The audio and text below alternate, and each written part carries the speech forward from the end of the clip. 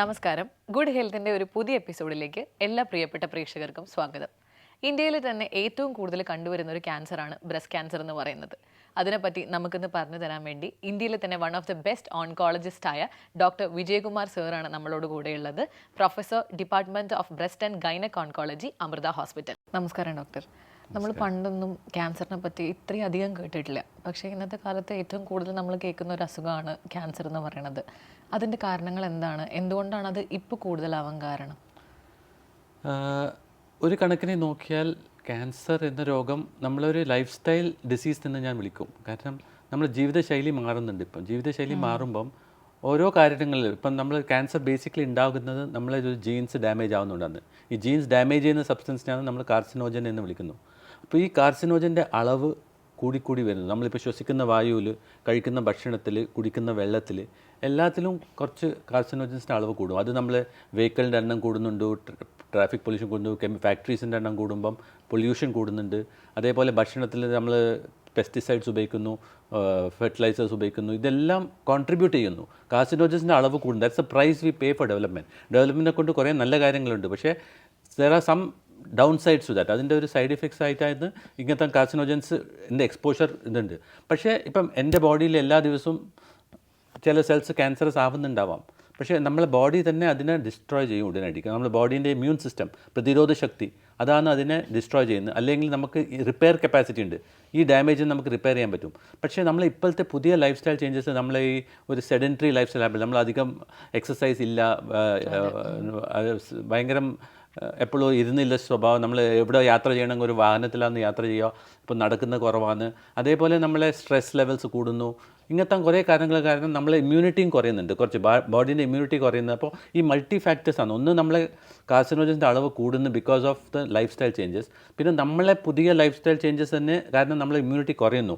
നമ്മളിപ്പോൾ food habits മാറിക്കഴിഞ്ഞു. കുറേ കൂടെ റിഫൈൻഡ് ഫുഡ്സ് കഴിക്കുന്നു, സോ കോൾ ജങ്ക് ഫുഡ്സ് കഴിക്കുന്നു. ഇതെല്ലാം കോൺട്രിബ്യൂട്ട് ചെയ്യും നമ്മളെ ബോഡീൻ്റെ ഇമ്മ്യൂണിറ്റി കുറക്കാനും നമ്മളെ ബോഡീൻ്റെ ഡിഫൻസ് മെക്കാനിസം കുറക്കാനും. അതുകൊണ്ടാണ് നമ്മളെ ജീവിതശൈലി കൂടുന്നോളും നമ്മൾ HDI എന്ന് പറയും, high development index, human development index, അത് കൂടുന്ന രാജ്യങ്ങളിൽ ക്യാൻസറിൻ്റെ അളവ് ഡെഫിനറ്റ്ലി കൂടും. പക്ഷേ that doesn't mean that it has A bad outcome. പക്ഷേ ക്യാൻസറിൻ്റെ ഇൻസിഡൻസ് കൂടാൻ പോകുന്നു. തനാർബുദം പോലെ ഒരു ക്യാൻസർ, ഇപ്പം ബ്രസ്റ്റ് ക്യാൻസർ, ഡെഫിനറ്റ്ലി അത് കൂടാൻ പോകുന്നുണ്ട് എല്ലാ രാജ്യത്തിലും. ഇന്ത്യയിൽ മാത്രമല്ല, പക്ഷേ more we develop the more it increases. Sir, ഇപ്പോൾ പറഞ്ഞല്ലോ ഏറ്റവും കോമൺ ആയിട്ടുള്ളൊരു ക്യാൻസറാണ് ബ്രസ്റ്റ് ക്യാൻസർ എന്ന്. അത് നമുക്ക് എങ്ങനത്തെ രീതിയിൽ ചികിത്സിക്കാൻ പറ്റും? ബ്രസ്റ്റ് ക്യാൻസർ ഏറ്റവും കോമൺ ആണെങ്കിലും അത് ചികിത്സിച്ച് മാറ്റാൻ പറ്റുന്ന ഒരു രോഗമാണ്. ഓൾമോസ്റ്റ് 90% ക്യാൻസേഴ്സും ഇപ്പം ക്യൂർ ചെയ്യാൻ പറ്റും നമുക്ക് ട്രീറ്റ് ചെയ്താൽ. ബ്രസ്റ്റ് ക്യാൻസറിൻ്റെ ട്രീറ്റ്മെൻറ്റിൻ്റെ ബേസിക് സംഗതികൾ മൂന്നെണ്ണമാണ്. ഒന്ന് ലോക്കൽ ട്രീറ്റ്മെൻറ്റ്, നമ്മൾ അവിടുത്തെ അസുഖം മാറ്റാൻ surgery plus with or without radiation. ഇത് രണ്ടുമാണ് നമ്മൾ മെയിൻലി വേണ്ട ട്രീറ്റ്മെൻറ്റ്. ആ മുഴ മാറ്റിയെടുക്കാനോ അല്ലെങ്കിൽ ആ സ്ഥാനം ഫുൾ മാറ്റിയെടുക്കാനോ ഇതിന് വേണ്ടിയിട്ട് സർജറി വേണ്ടി വരും. സർജറി കഴിഞ്ഞിട്ടായിരിക്കും റേഡിയേഷൻ കൊടുക്കുന്നത്. റേഡിയേഷൻ കൊടുക്കുന്നത് അവിടെ വല്ലതും ഇതിൻ്റെ വേരുകൾ ബാക്കിയുണ്ടെങ്കിൽ അതിനെ നശിപ്പിക്കാനുള്ള ഇതാണ്. പക്ഷേ ബ്രസ്റ്റിൽ പോകുമ്പോൾ അത് സ്പ്രെഡ് ചെയ്യാനുള്ള സാധ്യതയുണ്ട് എപ്പോഴും. അതാണ് കക്ഷത്തിലേക്ക് പോകാൻ, അതേപോലെ ശരീരത്തിൽ വേറെ ഭാഗത്ത് പോകാൻ പറ്റും. ഇങ്ങനെ എവിടെയെങ്കിലും ഇതിൻ്റെ വിത്ത് പോയിട്ടുണ്ടെങ്കിൽ, ഇപ്പോൾ കാറ്റ് വന്ന് വിത്ത് കൊണ്ടുവന്ന പോലെയാണ് ഒരു ചെടിയിൽ നിന്ന് വിത്ത് വേറെ ഏതെങ്കിലും മണ്ണിൽ പോയി വീഴും. അതേപോലെ ബ്ലഡാണ് ഇവിടെ കാറ്റിൻ്റെ റോൾ പ്ലേ ചെയ്യുന്നത്. അപ്പോൾ ഈ ബ്രസ്റ്റ് ക്യാൻസറിൻ്റെ സെൽസിനെ ബ്ലഡാണ് ഇങ്ങനെ കൊണ്ടുപോയി ശരീരത്തിൽ വേറെ ഭാഗത്ത് കൊണ്ടുവന്നത്. അങ്ങനെ പോകുന്ന സെൽസിനെ ഡിസ്ട്രോയ് ചെയ്യാനാണ് നമ്മൾ ഈ സിസ്റ്റമിക് തെറപ്പി എന്ന് പറഞ്ഞൊരു കീമോതെറപ്പി ആവാം, ആൻറ്റിബോഡി തെറപ്പി ആവാം, അല്ലെങ്കിൽ ഹോർമോൺ തെറപ്പി ആവാം. അത് ഏതെങ്കിലും മരുന്ന് കൊടുക്കുന്നത്. ഈ മരുന്ന് കൊടുത്തിട്ടാണ് ഇങ്ങനത്തെ ക്യാൻസർ സെൽസിനെ നശിപ്പിക്കുന്നത്. അത് ഏത് മരുന്ന് കൊടുക്കണം അത് ആ ടൈപ്പ് അനുസരിച്ചിരിക്കും. ഏത് ടൈപ്പാണ് ഇത് ബ്രസ്റ്റ് ക്യാൻസർ, അതിനനുസരിച്ചിട്ട് നമ്മൾ ടൈപ്പ് മാറ്റിയെടുക്കും. അപ്പോൾ ബേസിക് ട്രീറ്റ്മെൻറ്റ് സർജറി ഉണ്ട്, കീമോതെറപ്പി ഉണ്ട്, റേഡിയേഷൻ ഉണ്ട്. പുതിയ കുറേ മരുന്നുകളും ഇപ്പം വന്നിട്ടുണ്ട്. പുതിയ ടാർഗറ്റഡ് തെറപ്പി എന്ന് പറയുന്നത്, നമ്മൾ എനിക്കിപ്പം മിസൈൽസ് ഒക്കെ കഴിക്കുന്ന കറക്റ്റ് ആ ക്യാൻസർ സെൽസിനെ മാത്രം പോയി ടാർഗറ്റ് ചെയ്യുന്ന മരുന്നുകളുണ്ട്. പുതിയതായിട്ട് വരുന്ന കുറേ മരുന്നുകളുണ്ട്. അപ്പോൾ ഇങ്ങനത്തെ കുറേ മരുന്നുകൾ ആവശ്യപ്പെടും. എല്ലാവർക്കും എല്ലാ മരുന്നും ആവശ്യമില്ല. ട്രീറ്റ്മെൻറ്റ് വേണ്ടത് ചിലവർക്ക് സർജറിയും ഹോർമോൺ ടാബ്ലറ്റ്സും മാത്രം മതിയാവും. ചിലവർക്ക് സർജറി, കീമോതെറപ്പി, ഇമ്മ്യൂണോതെറപ്പി, റേഡിയേഷൻ എല്ലാം വേണ്ടി വരും. അത് ആ ബ്രസ്റ്റ് ക്യാൻസറിൻ്റെ സ്റ്റേജ് അനുസരിച്ചിട്ടും ബ്രസ്റ്റ് ക്യാൻസറിൻ്റെ ടൈപ്പ് അനുസരിച്ചിട്ടും ആണ് ആ ഡിസിഷൻ എടുക്കുക. അത് എത്ര അഗ്രസീവ് ടൈപ്പാണ്, അധികം സ്പ്രെഡ് ചെയ്യുന്ന ടൈപ്പാണെങ്കിൽ ചിലപ്പം കൂടുതൽ ട്രീറ്റ്മെൻറ്റ് വേണ്ടി വരും. പക്ഷേ ഏറ്റവും അധികം അഗ്രസീവ് അല്ലാത്ത ക്യാൻസറിന് ചിലപ്പോൾ ഒരു സർജറി കൊണ്ട് മാത്രം, കുറച്ചൊരു ഹോർമോൺ ടാബ്ലറ്റ്സും കൊണ്ട് മാത്രം ഫുൾ ക്യൂർ ചെയ്യാൻ പറ്റും. എല്ലാ ക്യാൻസേഴ്സും നമുക്ക് ഏകദേശം ഒരു 90% ഇപ്പം ക്യൂർ ചെയ്യാം. പക്ഷേ അതിൻ്റെ ട്രീറ്റ്മെൻറ്റ് അളവിൽ, ഡ്യൂറേഷനിലും കുറച്ച് വ്യത്യാസം വരും. ചിലത് 1-2 മാസത്തിൽ ട്രീറ്റ്മെൻറ്റ് കഴിയും, ചിലത് 1 വർഷം വരെ ട്രീറ്റ്മെൻറ്റ് എടുക്കേണ്ടി വരും. സാർ നമ്മൾ ക്യാൻസറിന് ചില തെറ്റിദ്ധാരണകളുണ്ടല്ലോ, അതായത് ജനറ്റിക് ആയിട്ട് മാത്രമേ ഇത് വരുള്ളൂ, അല്ലെങ്കിൽ ഇപ്പോൾ ഫാദറിനോ മദറിനോ ഉണ്ടെങ്കിൽ കുട്ടിക്ക് നിർബന്ധമായിട്ടും അത് ഉണ്ടായിരിക്കും എന്നുള്ള ചില തെറ്റിദ്ധാരണകളുണ്ട്. അതിനെപ്പറ്റിയൊക്കെ ഒന്ന് വിശദീകരിക്കാമോ? എൻ്റെ അടുത്ത് വരുന്ന അധികം പേഷ്യൻസിൻ്റെ ഒരു കോമൺ ക്വസ്റ്റ്യനാണ് എന്നോടിത്, നമ്മളെ വീട്ടിൽ ആർക്കും ക്യാൻസർ വന്നിട്ടില്ലല്ലോ, പിന്നെ എനിക്കെങ്ങനെ വന്നു? അതേപോലെ ഞാൻ ഒരു തെറ്റും ചെയ്യാറില്ല, എന്നിട്ട് എനിക്കെങ്ങനെ ക്യാൻസർ വന്നു? ഞാൻ നല്ല വീട്ടിലുണ്ടാക്കുന്ന ഭക്ഷണം മാത്രമേ കഴിക്കാറുള്ളൂ, ഞാൻ പുറത്തുനിന്നൊന്നും കഴിക്കാറില്ല, എന്നിട്ടും എനിക്കെങ്ങനെ ക്യാൻസർ വന്നു? ഇങ്ങനത്തെ കുറേ ധാരണകൾ ആൾക്കാരെ മനസ്സിലുണ്ട്. കാരണം ഇത് നമുക്ക് പാരമ്പര്യമായിട്ടും വരുന്ന അസുഖം മാത്രമാണോ, അല്ലെങ്കിൽ നമ്മൾ കഴിക്കുന്ന ഭക്ഷണത്തിൻ്റെ ഫലം മാത്രമാണോ, അല്ലെങ്കിൽ നമ്മൾ ചെയ്യുന്ന കർമ്മത്തിൻ്റെ ഒരു ദുഷ്പരിണാമമാണോ? ഇങ്ങനത്തെ കുറേ തെറ്റിദ്ധാരണകൾ ആൾക്കാരെ മനസ്സിലുണ്ട്. പക്ഷേ ഇറ്റ് ഈസ് നോട്ട് അതുകൊണ്ട് മാത്രമല്ല. ക്യാൻസർ ഉണ്ടാവാൻ ഞാൻ പറഞ്ഞില്ല, നമ്മളിപ്പോൾ ഒരു ജീവിതശൈലിയിലെ മാറ്റം വന്നതുകൊണ്ട് ആർക്കും വരാം. അത് വരാൻ ഒരു പ്രത്യേക കാരണം വേണമെന്നില്ല. അത് ഏത് പ്രായത്തിലും വരാം. 25-30 വയസ്സിൽ വരെ ആൾക്കാർ പോലും ഇപ്പം ക്യാൻസർ വരാൻ സാധ്യതയുണ്ട്. ബേസിക്കലി നമ്മളെ ജീൻസ് എത്ര ഡാമേജ് ആവുന്നോ, നമ്മളൊക്കെ എക്സ്പോഷർ, ചിലവർക്ക് യെസ് നമ്മൾ ഫാമിലിയിൽ ക്യാൻസർ ഹിസ്റ്ററി ഉണ്ടെങ്കിൽ നമ്മൾ ജീൻസ് ഓൾറെഡി കുറച്ച് ഡാമേജ്. ഞാൻ പറയുന്നത് ഇപ്പോൾ നമുക്ക് എല്ലാ ഹെൽത്തി ജീൻസ് ആണെങ്കിൽ നമ്മൾക്ക് ഈ കാർസിനോജൻസ് എല്ലാം ഡാമേജ് ചെയ്യാൻ കുറേ കാലം പിടിക്കും. പക്ഷേ നമ്മളെ പേരൻസിന് അങ്ങനത്തെ വല്ല ജീൻസ് ഡാമേജ് നമുക്ക് അതേ ജീൻസ് കിട്ടിയിട്ടുണ്ടെങ്കിൽ നമുക്ക് കുറച്ചും കൂടി നേരത്തെ വരാൻ സാധ്യതയുണ്ട്. അപ്പോൾ ഒരു 10%, ഒരു 10% ആൾക്കാരിൽ ഇങ്ങനെ ജനറ്റിക് ട്രാൻസ്മിഷൻ ഉണ്ടാവാം. പക്ഷേ 90% ആൾക്കാർക്കും വരുന്ന ക്യാൻസർ സ്വാഭാവികമായിട്ട് വരുന്നതാണ്. അത് ഒരു കാരണം വേണമെന്നില്ല. സാർ, ഇപ്പോൾ നമ്മൾ ബ്രസ്റ്റ് ക്യാൻസറിനെ പറ്റി പറഞ്ഞു, അത് ആണുങ്ങളിലും കണ്ടുവരാറുണ്ടോ? ഞാനിപ്പോൾ ഒരു വർഷത്തിൽ ഞാനിപ്പോൾ സർജറി ചെയ്യുന്ന ഒരു 500 ബ്രസ്റ്റ് ക്യാൻസർ സർജറി ചെയ്യുന്നത് അതിലൊരു 1-2 മാത്രം ആണുങ്ങളതായിരിക്കും. 98%-99% 99% ഫീമെയിൽസ്, സ്ത്രീകളിലായിരിക്കും. അപ്പോൾ ബ്രസ്റ്റ് ക്യാൻസർ ആണുങ്ങളിൽ ഡെഫിനറ്റ്ലി വരാം, പക്ഷേ അതിൻ്റെ ഇൻസിഡൻസ് വളരെ ചുരുക്കത്തിലാണ്. അത് വളരെ അത്ര കോമൺ അല്ല. കാരണം ബ്രസ്റ്റ് വോളിയം തന്നെ കുറവാണ്. ബ്രസ്റ്റ് ക്യാൻസർ ആണുങ്ങളിൽ വരുന്ന സാധ്യത കുറവാണ്. പക്ഷേ വന്നുകൂടാന്നില്ല. യെസ്, വരാം, ഡെഫിനറ്റ്ലി വരാം. ഇപ്പോൾ സ്ത്രീകളിലാണല്ലോ ഇത് കൂടുതൽ കാണുന്നത്. അപ്പോൾ സ്ത്രീകളിൽ ഇപ്പോൾ പ്രഗ്നൻ്റ് ആയിരിക്കുന്ന സമയത്ത് അവർക്ക് ക്യാൻസർ ഉണ്ടെങ്കിൽ അവർക്ക് മുലയൂട്ടുന്നതിൽ എന്തെങ്കിലും റെസ്ട്രിക്ഷൻസ് ഉണ്ടോ? ചെറിയ തോതിലുണ്ട്. കാരണം ട്രീറ്റ്മെൻറ്റ് നമ്മൾ ചെയ്യുന്നുണ്ടെങ്കിൽ ബ്രസ്റ്റ് ക്യാൻസർ ഉള്ള പേഷ്യൻ്റ് മുലയൂട്ടിയതുകൊണ്ട് കുട്ടിക്ക് ക്യാൻസർ വരാൻ പോകുന്നില്ല, അത് ഡെഫിനറ്റാണ്. മുലയൂട്ടുന്നതുകൊണ്ട് ഒരു പ്രോബ്ലമും ഇല്ല. പക്ഷേ നമ്മൾ ട്രീറ്റ്മെൻറ്റ് കൊടുക്കുമ്പോൾ കീമോതെറപ്പി പോലെ അല്ലെങ്കിൽ റേഡിയേഷൻ പോലെ ട്രീറ്റ്മെൻറ്റ് കൊടുക്കുമ്പം ആ സമയത്ത് നമുക്ക് മുലയൂട്ടാൻ പറ്റിയെന്ന് വരില്ല. കാരണം ആ മരുന്നുകളും ബ്രസ്റ്റ് മിൽക്കിൽ എക്സ്ക്രീറ്റ് ആവും. അതുകൊണ്ട് അത് കുട്ടീനെ ബാധിക്കാൻ പറ്റും. അതുകൊണ്ട് അന്നേരം കൊടുക്കാൻ പറ്റില്ല. പക്ഷേ നമ്മളിപ്പം സർജറി കഴിഞ്ഞിട്ടാണെങ്കിലോ ബ്രസ്റ്റ് ഫീഡിങ് ചെയ്യുന്നതുകൊണ്ട് ഒരു പ്രോബ്ലമും ഇല്ല. ഇപ്പോൾ ഈ ബ്രസ്റ്റ് ക്യാൻസർ പല പല ടൈപ്സ് ഉണ്ടല്ലോ. ഇപ്പോൾ ഒരു രീതിയിൽ മാത്രമായിരിക്കില്ലല്ലോ വരിക. അപ്പോൾ അത് ഏതൊക്കെയാണെന്നൊന്ന് വിശദീകരിക്കാം. ബ്രസ്റ്റ് ക്യാൻസറിന് ഇപ്പം നമ്മൾ അതിനെ ഡിവൈഡ് ചെയ്യുന്നത്, അതിൻ്റെ ടൈപ്സ് നോക്കുന്നത് നമ്മളതിൻ്റെ ഹോർമോൺ റിസെപ്റ്റേഴ്സ് എന്ന് പറയും. ഈസ്ട്രോജൻ, പ്രൊജസ്ട്രോൺ റിസെപ്റ്റേഴ്സ്, അത് ഒന്നും, വേറൊരു HER2/neu എന്ന് പറഞ്ഞ റിസെപ്റ്റേഴ്സ്. ഇതെല്ലാം കുറേ പുതിയ ടെക്നീക്ക് കൊണ്ട്, ഇമ്മ്യൂണോഹിസ്റ്റോ കെമിസ്ട്രി എന്ന് പറഞ്ഞ ടെക്നീക്ക് കൊണ്ട് നമ്മൾ ആ ഒരു ബയോപ്സി ആദ്യം എടുക്കുന്നത്, നമ്മൾ ആദ്യം ചെയ്യുന്നത്, ഒരു മുഴയായിട്ട് ഒരു പേഷ്യൻറ്റ് വന്നാൽ നമ്മൾ ഒരു മാമോഗ്രാം ചെയ്ത് ഒരു നീഡിൽ ബയോപ്സി ചെയ്യും. ആ നീഡിൽ ബയോപ്സിയിൽ ഈ ടെസ്റ്റുകളൊക്കെ ചെയ്താൽ ഇത് ഏത് ടൈപ്പാണ്, ഹോർമോൺ റിസെപ്റ്റർ പോസിറ്റീവ് ആണോ, HER2 പോസിറ്റീവ് ആണോ, HER2 നെഗറ്റീവ് ആണോ, ഒരു ട്രിപ്പിൾ നെഗറ്റീവ് ആണോ, ഇങ്ങനത്തെ കുറേ ടൈപ്സ് ഉണ്ട്. ഓരോ ടൈപ്പിന് ഇപ്പോൾ ഹോർമോൺ റിസെപ്റ്റർ പോസിറ്റീവ് എന്ന് പറയുമ്പോൾ നമ്മൾ ഈസ്ട്രോജൻ നമ്മുടെ ബോഡിയിൽ ഉണ്ടാക്കുന്ന ഹോർമോണാണ് ഇതിനെ ഒരു വളം പോലെ ആക്ട് ചെയ്യുന്നത്. അപ്പോൾ ഈ ക്യാൻസർ നമ്മളെ ബോഡിയിൽ ഉണ്ടാക്കുന്ന ഈസ്ട്രോജൻ, നമ്മൾ അണ്ടാശയം ഉണ്ടാക്കുന്ന ഈസ്ട്രോജനാണ് ഇതിനെ ഒരു ഫുഡായിട്ട്, ആ ക്യാൻസർ സെൽസിൻ്റെ വളമായിട്ട് കിട്ടുന്നത്. അപ്പോൾ അത് പക്ഷേ കുറച്ചും കൂടി ലെസ് അഗ്രസീവ് ടൈപ്പാണ്. ഇങ്ങനത്തെ ടൈപ്പ് ഓഫ് ക്യാൻസേഴ്സ് കുറച്ചും കൂടി സ്ലോ ഗ്രോയിങ് ആണ്, കുറേ കൂടെ ഡിലേഡ്, കുറേ 10-15 വർഷങ്ങൾ ചിലപ്പം പിടിക്കും നമുക്കത് കുഴപ്പക്കാരനാവാൻ. പക്ഷേ ചില ക്യാൻസേഴ്സ് നമ്മൾ ഈ ട്രിപ്പിൾ നെഗറ്റീവ് എന്ന് പറയുന്നത്, ബേസൽ ടൈപ്പ് എന്ന് പറയുന്നത് ഹോർമോൺ നെഗറ്റീവ് ആണ്, HER2 നെഗറ്റീവ് ആണ്, അത് കുറേ കൂടെ അഗ്രസീവ് ടൈപ്പാണ്. അപ്പോൾ ഓരോ ടൈപ്പ് അനുസരിച്ചിരിക്കും ഇങ്ങനത്തെ ടൈപ്സാണ് നമ്മൾ കണ്ടുപിടിക്കുന്നത്. അത് തന്നെയാണ് നമ്മൾ ഈ ബയോപ്സി ചെയ്ത് അതിന് മേലെ കുറേ സ്പെഷ്യൽ ടെസ്റ്റ് ചെയ്താലാണ് ഈ ടൈപ്സ് കണ്ടുപിടിക്കുക. സർ, പൊതുവേ ക്യാൻസർ ആണെന്ന് പറയാൻ ആളുകൾക്ക് ബുദ്ധിമുട്ടാണ്. അപ്പോൾ അത് ബ്രസ്റ്റ് ക്യാൻസറും കൂടി ആകുമ്പോൾ, അല്ലെങ്കിൽ സ്ത്രീകൾ പൊതുവേ എല്ലാ കാര്യത്തിലും കോൺഷ്യസാണ്, അപ്പോൾ അവർക്കത് തുറന്നു പറയാൻ വളരെ ബുദ്ധിമുട്ടുണ്ടാവും. അപ്പോൾ അങ്ങനത്തെ സാഹചര്യങ്ങളിൽ അതെങ്ങനെയാണ് നമ്മൾ ഡീൽ ചെയ്യുക, അല്ലെങ്കിൽ സ്ത്രീകൾ അത് തുറന്ന് പറയാറുണ്ടോ? ഈ മാറ്റം വരാൻ ഇനിയും കുറേ കാലം പിടിക്കും. കാരണം ഇപ്പം ആദ്യം എന്നോട് വരുന്ന കുറേ രോഗികൾ, ഇപ്പോൾ പേഷ്യൻസിൻ്റെ ബൈസ്റ്റാൻഡർ എൻ്റെ അടുത്ത് ആദ്യം വന്നിട്ട് പറയും, രോഗിയോടൊന്നും പറയരുത് ഈ ക്യാൻസർ ആണെന്ന് പറയാനേ പാടില്ല എന്ന്. പിന്നെ ചിലവർ തന്നെ പറയും, ഇത് പുറത്ത് ആരും അറിയാൻ പാടില്ല, എൻ്റെ അടുത്ത ബന്ധുക്കൾക്ക് പോലും പറഞ്ഞുകൂടാ, കാരണം ഇത് അറിഞ്ഞു കഴിഞ്ഞാൽ എൻ്റെ കുട്ടികളെ പഠിത്തത്തിനെ ബാധിക്കും, എൻ്റെ കുട്ടികളെ കല്യാണത്തിന് പ്രോസ്പെക്ട്സ് ബാധിക്കും. ഇങ്ങനത്തെ കുറേ ധാരണകളുണ്ട് ആൾക്കാരെ മനസ്സിൽ. പക്ഷേ ഇതൊക്കെ മാറി വരാൻ നമ്മൾ സൊസൈറ്റിയിൽ തന്നെ ഒരു മാറ്റം വരണം. ഇപ്പം പണ്ടൊക്കെ കാലത്ത് US-ലും ഇങ്ങനെ തന്നെ ഒക്കെ ആയിരുന്നു. പക്ഷേ അവിടെ ഇപ്പോൾ 2 ഫസ്റ്റ് ലേഡീസിന് ക്യാൻസർ വന്നപ്പോൾ അവരെ ഫുൾ ട്രീറ്റ്മെൻറ്റ് പ്രസ്സിലെ കൂടെ കവർ ചെയ്യാൻ സമ്മതിച്ചു.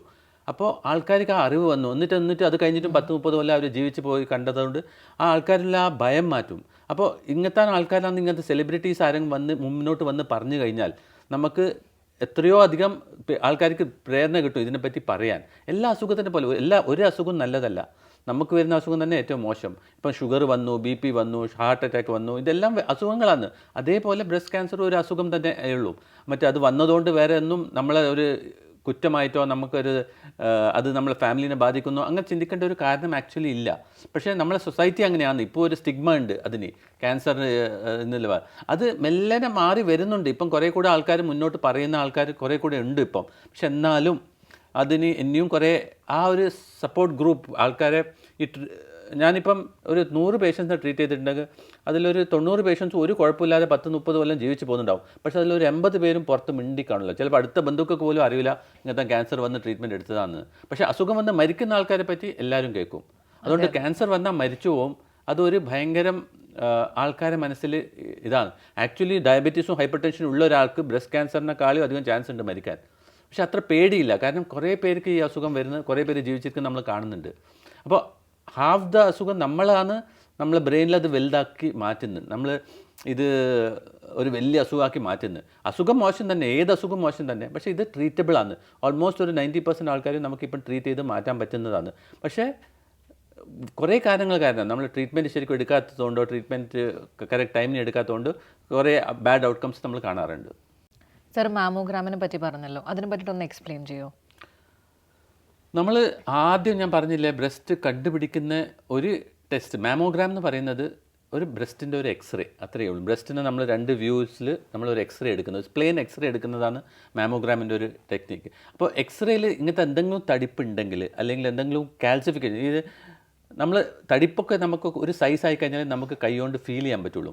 പക്ഷേ അത് ആവുന്നതിൻ്റെ എത്രയോ മുമ്പേ നമുക്കിത് എക്സ്റേയിലെ കൂടെ മാമോഗ്രാമിൽ ചെയ്ത് കണ്ടുപിടിക്കാൻ പറ്റും.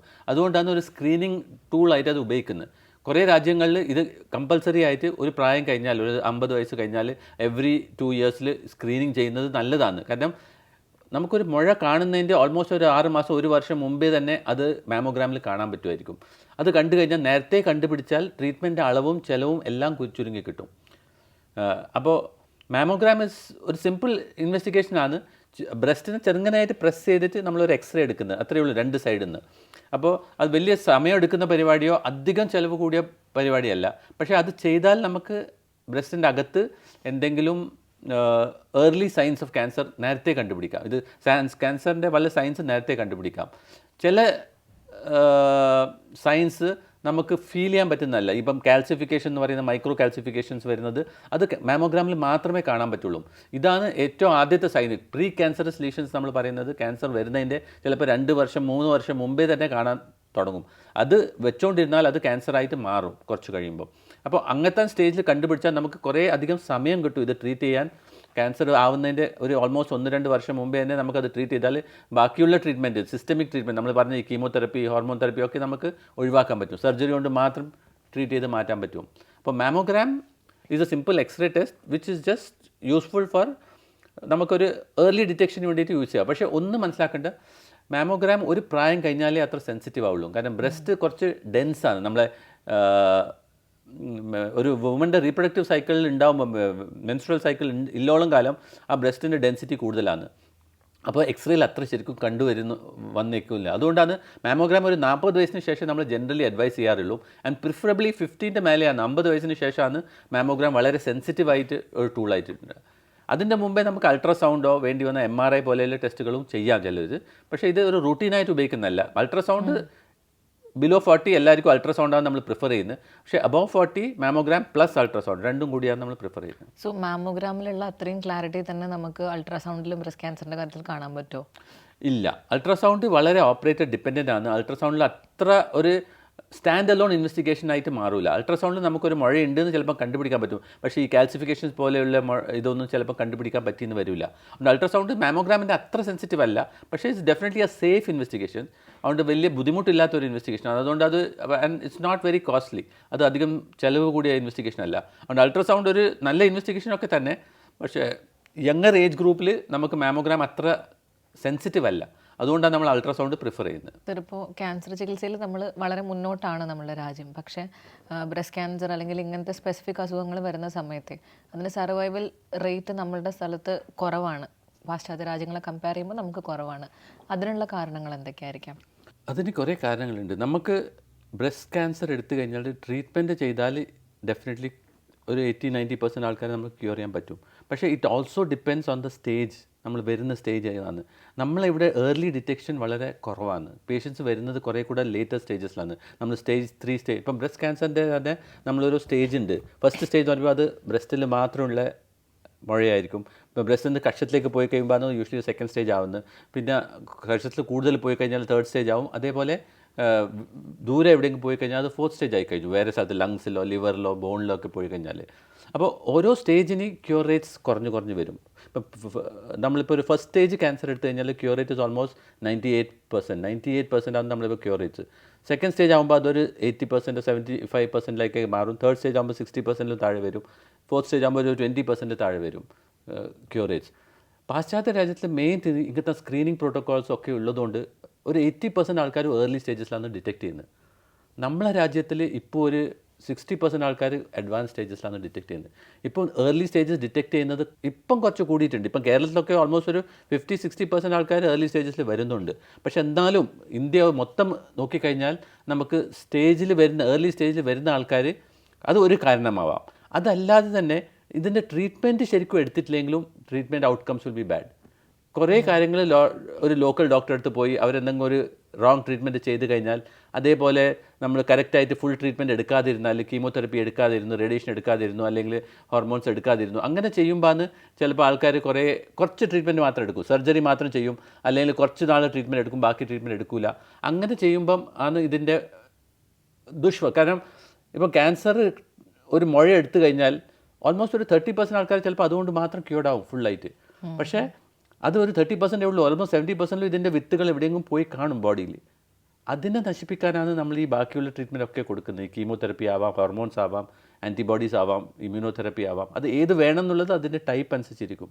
പക്ഷേ അങ്ങനത്തെ ക്യാൻസറിന് നമ്മൾ ട്രീറ്റ്മെൻറ്റ് എടുത്താലാണ് ഇതിൻ്റെ ക്യൂർ റേറ്റ്സ് വളരെ ഹൈ ആവുന്നത്. ഓൾമോസ്റ്റ് ഞാനിപ്പം 10 പേർക്ക് കീമോതെറപ്പി അഡ്വൈസ് ചെയ്താൽ ആക്ച്വലി ഒരു 7 പേർക്ക് അതിൽ ആവശ്യമുള്ളൂ, 3 പേർക്ക് ആവശ്യമില്ല.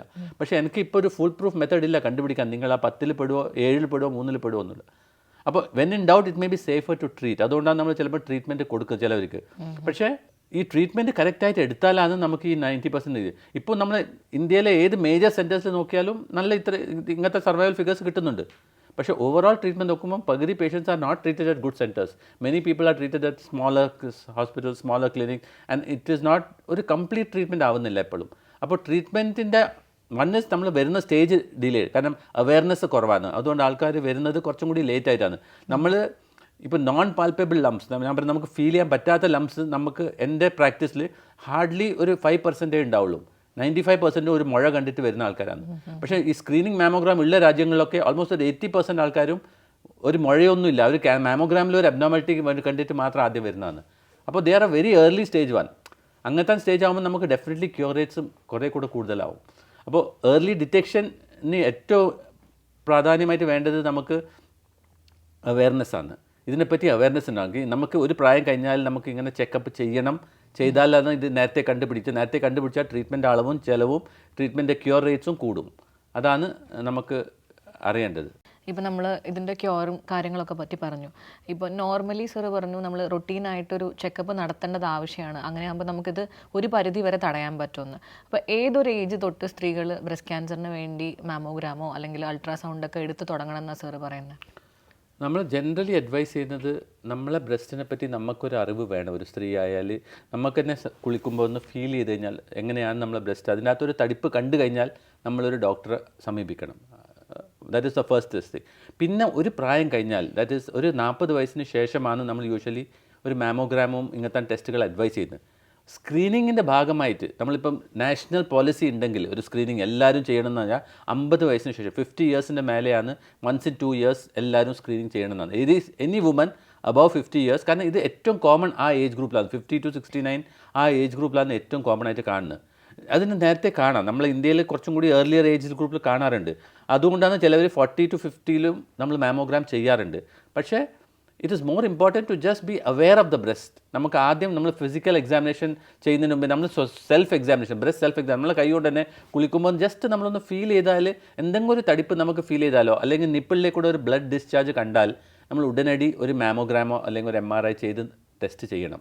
ഇത് ചെയ്ത് കഴിഞ്ഞാലേ നമുക്കത് കണ്ടുപിടിക്കാൻ പറ്റുള്ളൂ ഇങ്ങനത്തെ വല്ല ഇതുണ്ടാവുമെന്ന്.